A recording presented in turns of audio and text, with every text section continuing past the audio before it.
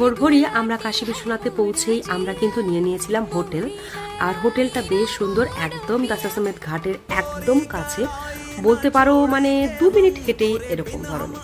তো বাইরে ভীষণ গরম, যার জন্য আমাদের এসি হোটেল আমরা নিয়ে নিয়েছি। আর এই সময় তোমরা যারা যাবে তারা কিন্তু মোটামুটি এসি ছাড়া থাকতেই পারবে না, এতটাই গরম। জানি না আমরা ব্যাঙ্গালোর থেকে এখানে এসেছি বলেই কি এরকম মনে হচ্ছে, বা এখানকার ওয়েদারটা সত্যি কথা বলতে তখন টেম্পারেচার বেশ 38 ডিগ্রির ওপরেই ছিল।